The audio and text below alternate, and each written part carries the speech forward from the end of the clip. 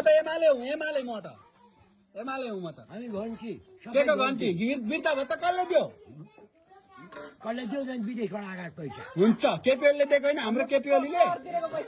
हाम्रो केपिएलले दिएको होइन अब बन्द गरिदेला फेरि चुपचाप एमालेलाई भोट दिनु गरे पनि केही पनि नापिँदैन गरे पनि गरोस् त्यो भत्ता नहुँदा पनि मैले चलाएकै हो पैसा खाएकै हो अझै पनि गर्छु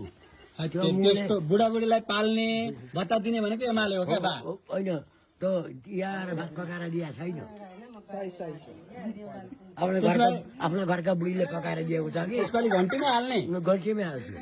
हत्तेरी अनि बुढाबुढीले त एमाले हाल्छ नि त हौ हाल्दैनन् अहिले चाहिँ हाल्दैनन् किन किन हाल्दैन विश्वास लिनुपर्छ किन चाहिँ हाल्दैन नि त अब किन हाल्दैन के गरेर एमाले एमालेमै सन्किएको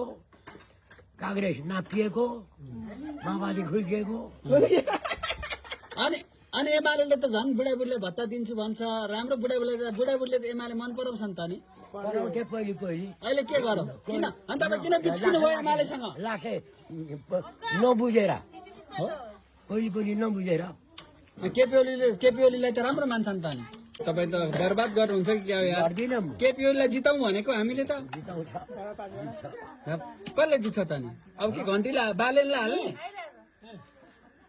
बालेन शाहलाई जिताउने सबैलाई हो सबैले दियो भने छैन जिताउने नि म चाहिँ त्यसैलाई दिन्छु तपाईँ त्यसलाई नि दिने म त बिहान बेलुका बालन शाहलाई नै दिनु पर्ने के छ बा कारण हजुर के छ कारण बालन शाहलाई नै दिने त्यसैलाई के गर्छ भने दिने हुन्छ होइन के बुझेकै छैन हेर्नु न त के गर्दो रहेछ दिएर पो थाहा थाहा हुन्छ के मूर्ख मान्छे हौ अलिकति बुझ्नुपर्छ नि यतिको मान्छे